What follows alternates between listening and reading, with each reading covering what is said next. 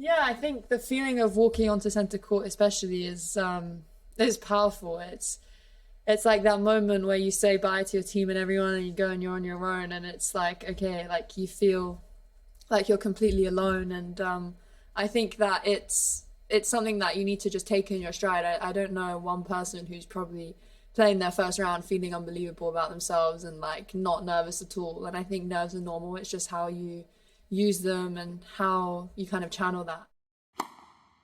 Please take your seats quickly, ladies and gentlemen. Thank you. Hello, ladies and gentlemen. Welcome to Tennis Weekly with Joel, Kim and Chris. On today's Wimbledon Day 1 catch-up, Raducanu rises to the occasion on centre. Alcaraz and Sinner overcome opening tests. And Naomi Osaka wins at SW19 for the first time in 6 years.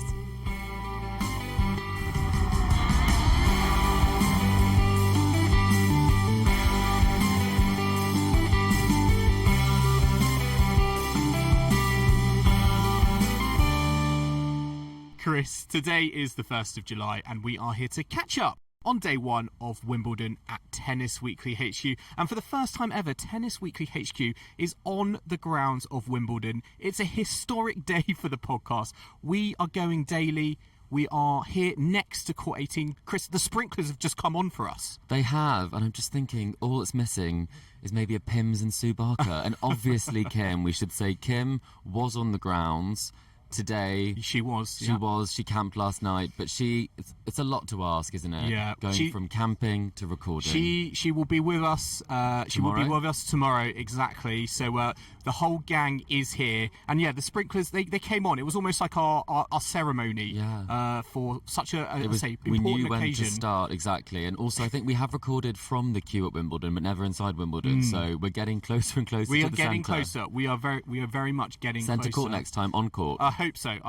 But it's been quite a day. A first day for us and a first day of Wimbledon 2024. We've had defending champion Carlos Alcaraz back and overcoming a first round test along with Jannik Sinner as well. Naomi Osaka winning her first match at Wimbledon since 2018, and Britain's Emma Raducanu coming through in straight sets against a lucky loser. More on that in a moment. We've also had injuries, comebacks. It's all been going on today, hasn't it, Chris? It has. In fact, I think for our first Wimbledon covering it as media and broadcasters, we have never seen so many crazy things happening. The emails have been truly wild. I had an email saying that Medvedev was now in the doubles with a player I've never heard of. Yeah, what was that about? He's now an alternate in the doubles because of a withdrawal. Is that what happens to top singles players? They just want to play doubles? Well, every other top singles player seems to be falling at the wayside, and Medvedev's taking on more opportunities and draws. I'm already getting heart palpitations in terms of how muddy the back of number 1 court looks like. I don't know if any of our listeners have been watching on the TV, but up close, yeah, I am wondering on what the that court. It looks like I thought you meant behind the court. We might as well be at Glastonbury, behind the baseline. That's what I'm talking about. Behind the baseline. Well, keep Murray away. Might as well be at Glastonbury in my book. Goodness, keep Murray away from that court.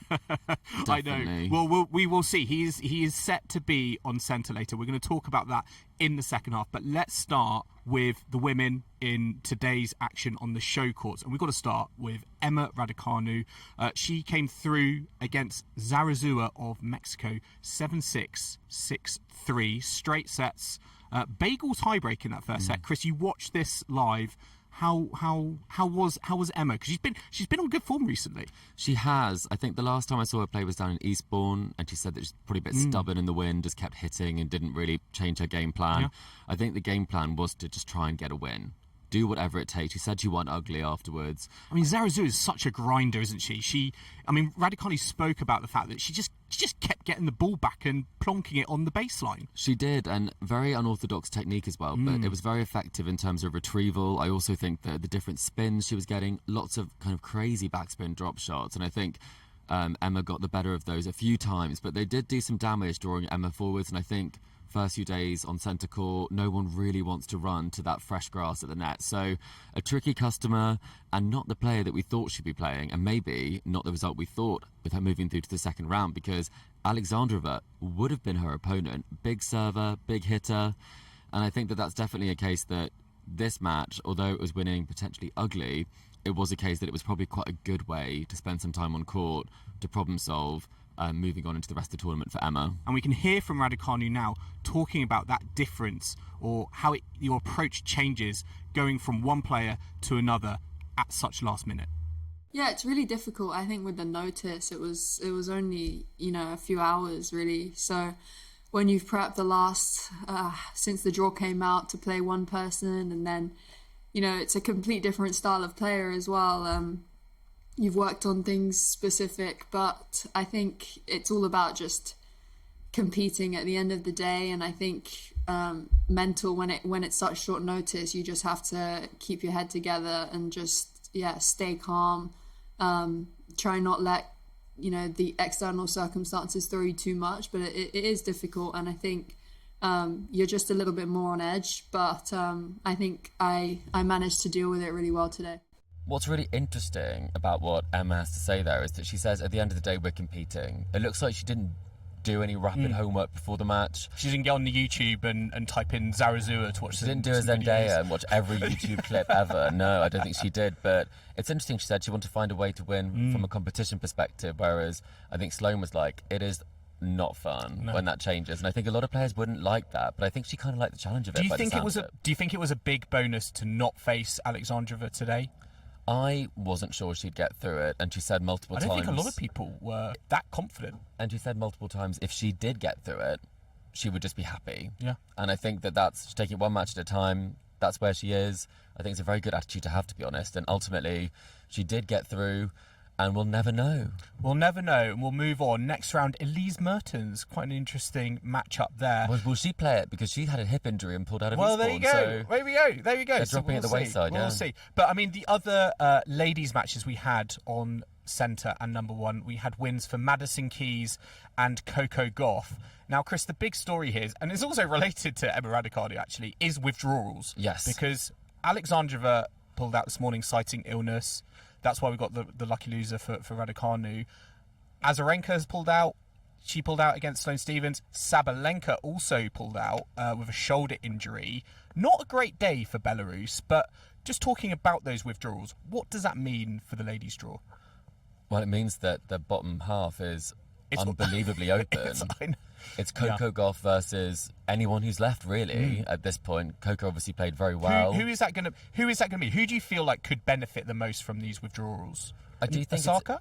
I think Osaka. I think it's a player like Raducanu Osaka who has had opportunities where they've won slams before, but maybe they need a good draw to get them to those latter stages again. So wide open. I think that potentially the scheduling will get quite interesting, because which seeds are you going to put on centre court and who will be playing and how will that work out? But ultimately, it's such a shame for Sabalenka, a player who we're used to seeing so deep in the majors with such great form. My pick to win it, I think, almost. So when it comes down to the results that she's had, you do think this is going to be a really, really heartbreaking decision for her to have to make.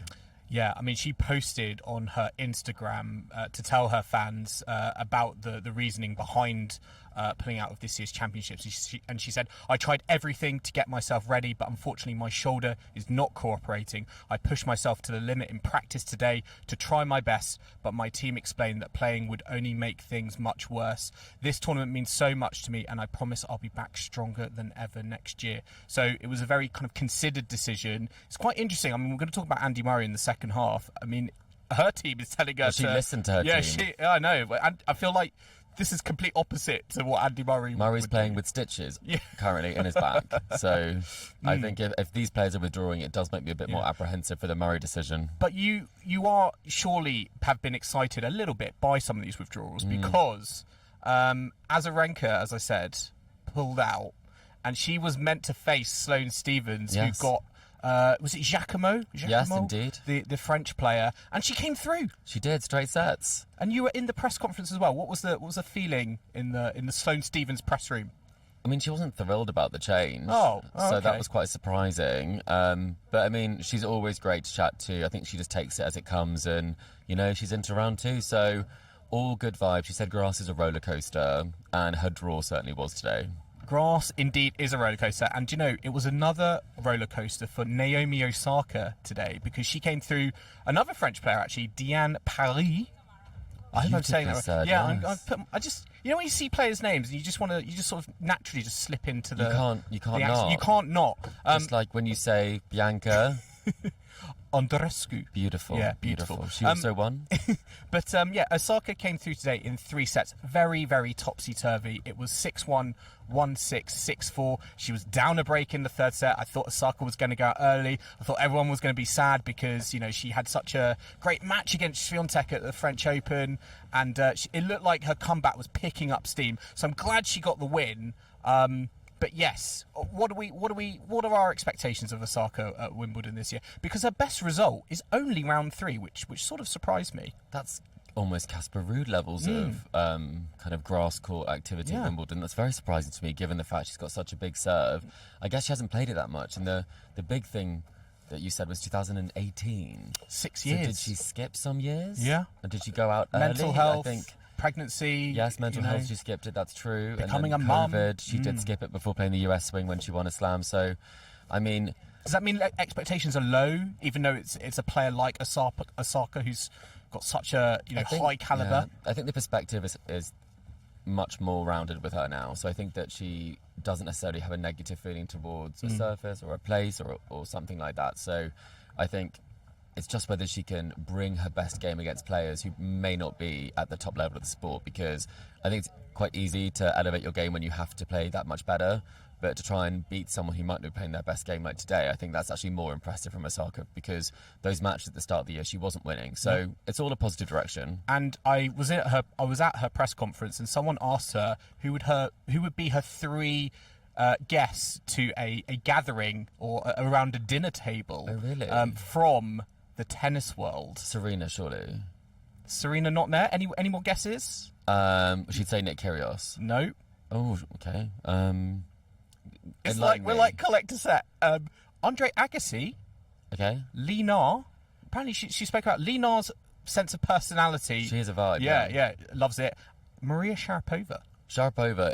She's also been around Wimbledon. Yeah, I'm very jealous that I wasn't here on Saturday when she was here taking her little son on a tour. It's 20 years, since she's won the title, which is truly amazing. I would have loved.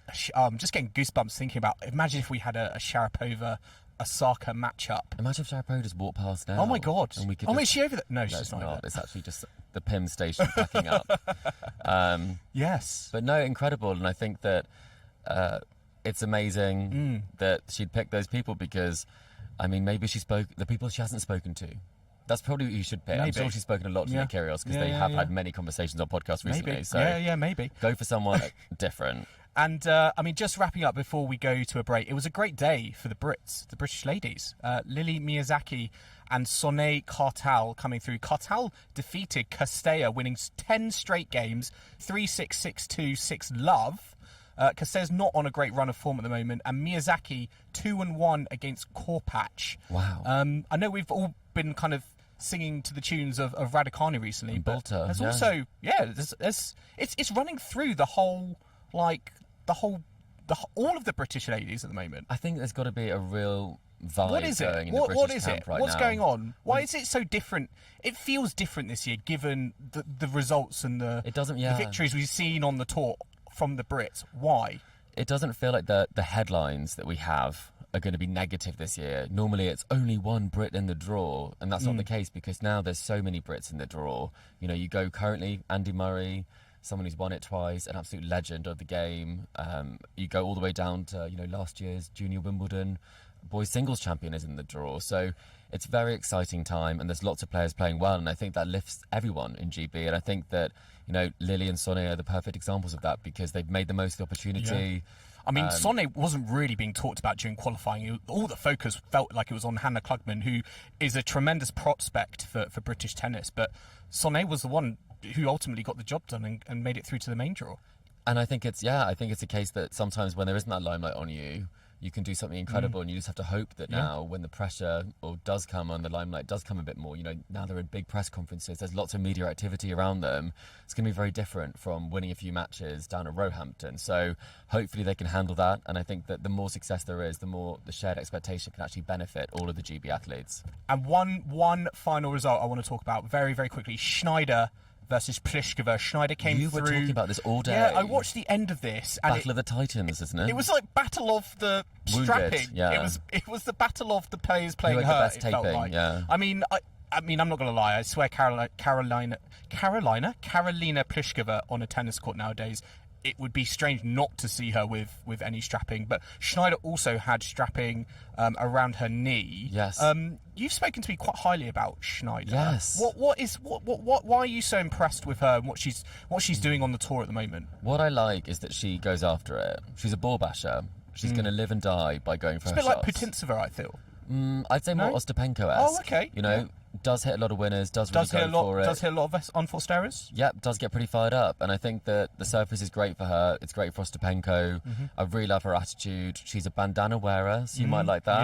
Yeah. You always like a bit of headgear. So I think that's something that you can also get on board with. But no wonder she's got some strapping on because she played so many matches last week. I know. It's so tough, isn't it? A bad Homburg she was in, I think. So it's tough to turn it around, and not many people go from winning a title the week before to winning their first round. So often goes the other way. So testament to her, and we'll see what she can do at the tournament. Well, we'll definitely one to keep an eye on. But we're going to take a quick break now. Do join us in the second half, where we will be taking a look at all the men's action from day one, including Carlos Alcaraz's first match as defending champion and Jannik Sinner surviving a real test under the roof. So do not go anywhere.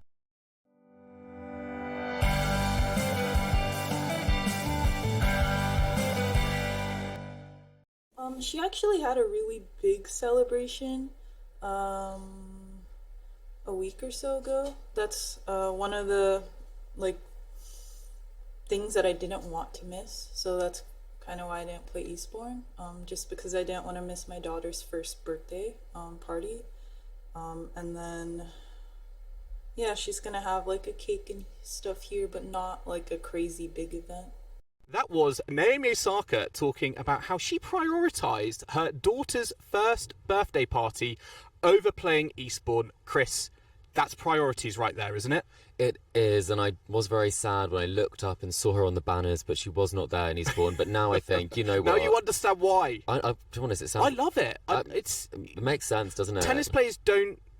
I think a lot of players don't, get the balance right between... family, Holger Rune just playing tennis. Yeah, and just tennis, like Rublev maybe. Some people, and I get that there's that. I get that philosophy of you've changed your tune, part-time player. Remember, you used to sing about her. I know. It is interesting, but there is that balance there. Full-time mum, part-time player. I know that there are obviously some players who feel like they have to dedicate their life 24/7, 365 days a year in order just to compete at the very top level. But then you have players like Naomi Osaka, who actually incredible athlete, but also is like, I'm going to balance this out with other things going on in my life. Yeah, and she also went to the Kendrick gig in LA as well. So I think she's balancing it all. I mean, we can barely balance a podcast, Joel. I know. And she's I know. In multiple Maybe we should continents. take inspiration. I'll plan your birthday in LA. Yeah. What do you think that first birthday party looked like? Was it? I reckon it was probably bouncy castle in the maybe a bouncy castle. You don't want to get injured before Wimbledon. Yeah. So one of those houses in the those toy houses in the garden. That could be very nice. I think whatever happens, it would have been very bougie. So yes. Very nice to hear that from Naomi Osaka. But let's look back on the men's action from day one. And where better to start, Chris, than with the defending champion, Carlos Alcaraz, back at SW19. And he came through the Estonian qualifier, Lahal, 7-6, 7-5, 6-2. Now, I was at this match, and... I've seen headlines since that it was sort of kind of talking about Alcaraz cruising through straight sets into round two, but I disagree with that. This was a real test for him, particularly in those first two sets, with the level that Lahal was bringing to the court. I think it actually surprised Alcaraz a little bit. I think it did, and looked so comfortable out there. I wasn't actually on the court. It wasn't overawed by the occasion at all. No, it looked like he relished it. Just another day, just another court, it almost felt like. And I think that was very impressive. Generally, I think Alcaraz, we've seen him at the start of the French, didn't play particularly well, dropped a set against de Jong. So I think coming through relatively comfortably, I think not straightforward, but straight sets. He was never looking like he might lose this match. He didn't drop a set like Sinner, who we'll talk about a bit later. So it is just getting the W, and I think he did that quite nicely. And I dug a little deeper during the press conference to understand what was kind of going on, and I asked him around, coming back as defending champion, were there any nerves there? And this is what he had to say. Is there any extra difficulty playing against someone who you probably not know much about, you've not played with him before? Does that add an extra level of challenge to your preparation for this sort of match? A little bit. Honestly, it's difficult to start the tournament. The first rounds, the first matches is always difficult to get used to, the conditions of the year. And I think he play more calm, center court. I think it was his first Grand Slam main draw, so I think he played with nothing to lose. So it's even more difficult to play against someone like this one, and as I said, first round is never easy. So really happy to get through, to get the win today, and hopefully still, keep going. I thought it was really interesting and really telling, actually. He credited Lehal in terms of he played more calm than me. I mean, just talking about being defending champion, as being in Carlos Alcaraz's shoes, do you feel like that is that's a pressure he's obviously gonna have to live with if he's want to make the most and defend his title? I think nerves are good. I think nerves mean that it still matters to you, that it is important. I think how you handle those nerves is something that he's done very well previously, except for that semi-final against Djokovic at the French Open, where it did get too much for him. Emma said the same thing, like, you are there by yourself. Suddenly it is a situation where there is that expectation and there is that pressure and the nervousness there. So I think Serena also said previously, everyone plays their best tennis when you're the world number one. Everyone plays their best tennis when you're the best player in the world right now. You'd say arguably is Carlos Alcaraz. And so I think it's much more easy to hit freely when there's no expectation on you, whereas there's almost a target on your back for Carlos Alcaraz, and maybe he does feel like that. I know, and I think what's tough in someone like Lehal, I always think about this in terms of round one opponents, in terms of like a player you've probably never heard of. He spoke in press about, I couldn't even go on YouTube to watch this guy because he played on the ITF tour, doesn't really play at the ATP level. And as a result of that, it was really hard for him, I think, to kind of practice and understand what's my game plan kind of going on to court. You need to almost kind of figure it out whilst he's going on. Do you think they are the most dangerous types of players you can get if you're a big seed, a top seed in round one? Or do you think there are what are the other sort of dangerous types you could get? I think it depends on who the player is. I think if it is a player a bit like who Emma played today, the technique takes a little while for them to get used to the ball that they're getting, and then I think you figure it out. I think a player like Lehal, who played today, probably a bit more dangerous because he got nothing to lose, and he played very solidly from both sides. It wasn't like he did anything particularly strange or unusual. He just played well. The only strange thing he did was his haircut or his hairstyle. People said it was like a pineapple. I didn't think pineapple. Oh, what did you think? What, did you think another fruit? I didn't think another fruit. Oh. I didn't really think that much of it. Did you just think Davidovich Fokina? I think lots of people thought it was him. he left the drawer and re-emerged somewhere else. I thought it was Davidovich Fokina's barber had got a hold of. Or like his long-lost twin. But I'd say who was more dangerous would be potentially someone who has had form in the past, like a Hanfmann. I think that was the danger player of today. Yeah, I mean, Hanfmann lost. He went down in 4 sets to Jannik Sinner. One of the only predictions I got right was that Sinner would lose a set. Yeah, that is very true. Sinner came through 6-3, 6-4, 3-6, 6-3. The roof was used, to some people, perhaps a little bit early. I don't think Sinner was particularly happy with the weight. Glastonbury doesn't have a roof. Yeah, like it was, we did go late on number one. But another test for, a top player in the same half. Are there any concerns for Jannik Sinner, the fact that he was pushed 4 sets by Yannick Hanfmann? I mean, we've seen in his last title run, it was anything but straightforward. There were sets dropped in quite a lot of the rounds over in Halle. So that was, sets lost against Marijan, Griekspoor, Struff. So I don't think that necessarily would mean that we don't think he's playing his best tennis. I think the nature of grass is that if someone is serving really well, and I think the case in this was that this was ace central. I think it was 12 aces for Hanfmann, 3 double faults, 16 aces for Sinner. You're always going to get closer score lines because it is an equaliser as a surface. So ultimately, I think it doesn't really allow you to, you can't really read in too much. Okay. We can overthink it. You know, although I will say, if there's one stat I think Sinner would have liked to keep down, Hanfmann was 2 out of 11 on break points. Well, actually, I guess that's quite good. That's quite good. But for you don't Sinner. want to give someone 11 But you don't want to give chances. 11 chances. Exactly. And it's not going to get any easier for Jannik Sinner because he has got Matteo Berrettini next. What are your immediate thoughts on that? I feel like that's going to be a fan favourite matchup. It really is. That's definitely going to be centre court. It's got to be number 1. It's got to be. Maybe final match on. Maybe centre. they were looking at it like, as world number 1, let's get his token number 1 court match out early because we know Berrettini Sinner, that deserves a centre court showing. It does, and I think that people who camped were rejoicing because it would have split the Sinner and Alcaraz audience. So if you were like 500 and something in the queue, you would have got the court you wanted either way. Very so true. maybe they're just doing that to be kind to those who've queued. But ultimately, that's going to be a real test. And I mean, losing a set against Hanfmann might become a little bit more significant when you're playing against a former finalist here in Berrettini and a countryman. There's more on the line. It's probably the worst draw you could have. It's just not what you want. It's just not what you want at all. So, we'll have to wait and see how that goes. And looking on the outside courts, I mean, Chris, in the story of the men's side, it really was a tale of comebacks. Quite a few players coming back from 2 sets down. Jordan Thompson, Francis Tiafoe, Alexander Bublik, and my favourite, Lloyd Harris, qualifier Lloyd Harris, all winning from 2 sets down. Who of those do you think will be sleeping happiest tonight, do you think? I think Lloyd Harris, given that match point. Oh, okay. Things got very interesting. Who would you say? I would have said Francis Tiafoe. He's had shocking form this season for someone who has reached, like, pretty decent highs, I would say. Yeah, I think that's definitely... And against Arnaldi as well. Arnaldi as... a tough customer, for sure. Well, Francis, I hope you sleep well tonight.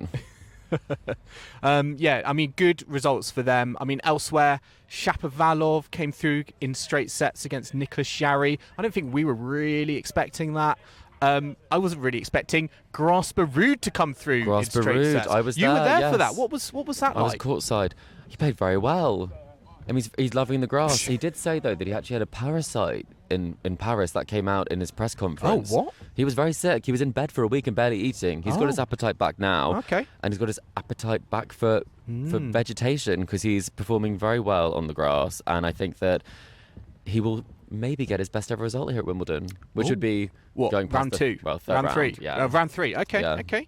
Yeah, well, we'll see. He's on his way. I mean, one other result I want to just quickly mention. Gael Monfils defeated his fellow Frenchman Adrien Manarino. I mean, Manarino and Tiafoe probably they're probably some of the most out of form players at the moment, and you know, given how good their seasons were, like Manarino's season last year was pretty good by his book, but it's not at the moment. Monfils coming through, he's pushing like top 30 in the world rankings, and what I love is that he set up a second round clash with Stan Wawrinka. That will be very entertaining. It's like we're in a time machine back to 2012. It's a long time it comes. Yeah, it is. It really is. I think it also feels a bit like when you look at the schedule for tomorrow in a time machine, because Iga Swiatek is taking on Kenin. Yes. Very similar to that Coco Gauff matchup. That will be on court number 1, which was also very surprising to me, given the fact that, well, that's a very tasty clash. Arguably, the reason why is because we have Andy Murray and Novak Djokovic playing tennis on centre, as well as the defending champion Vondrousova, who will, of course, be kicking off proceedings on Tuesday, as is tradition. Some very interesting clashes as well on court number 1. Rybakina, former champion, opens her campaign. Zverev also on number 1. But also, Joel, the Brits. Jack Draper's out on court number 2. We also have on court number 3 Katie Boulter. We've got Cam Norrie. Where will you be watching? Is it show court or is it Brits? It's got to be centre if Andy Murray is there. We don't know if he's going to be taken to the court yet. We were going to find out today. We were going to find out today. We thought we were going to find out today, but we're actually going to find out tomorrow morning. He is literally leaving it as humanly late as possible. As late as Alexandrova. And as late as the Wimbledon tournament organisers will allow. Do you think we'll see him play that match against Machak on third on centre? I think he really wants to avoid the situation that happened in Queens. So I think he wants to leave it as late as possible to know how he actually is that morning. So I don't think it means it's less likely we're going to see him. I think we will see him. But we will definitely see him in the doubles. I mean, it's wild just to think, to be honest, that centre court, Djokovic and Murray are going to be on there, given what we've seen them go through, their bodies go through. In the last 4 weeks, it's unbelievable. Exactly. So hopefully... Do you have anyone on upset alert? I always have. Swiatek Kenin? Should we be worried for Swiatek there? I have to say, no grass court prep. Kenin was not great in Eastbourne, so I'm not too concerned. Raducanu would be more of an upset alert for me personally, or Collins, who just hasn't played on the surface yet. But time will tell, Joel. Time will tell. Time will tell indeed.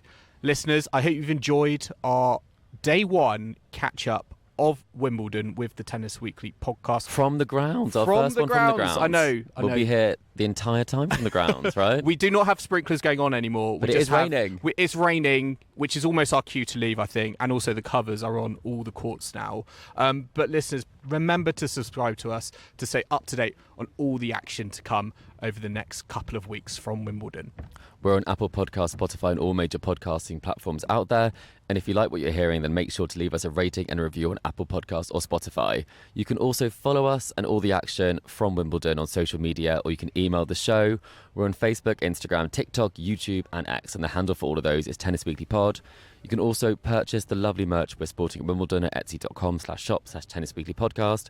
You can email the show tennisweeklypod@gmail.com, or do check out our website tennisweekly.co.uk. And we will be back tomorrow, day 2 from Wimbledon at Tennis Weekly HQ. So do join us for that. But in the meantime, it's goodbye from Chris.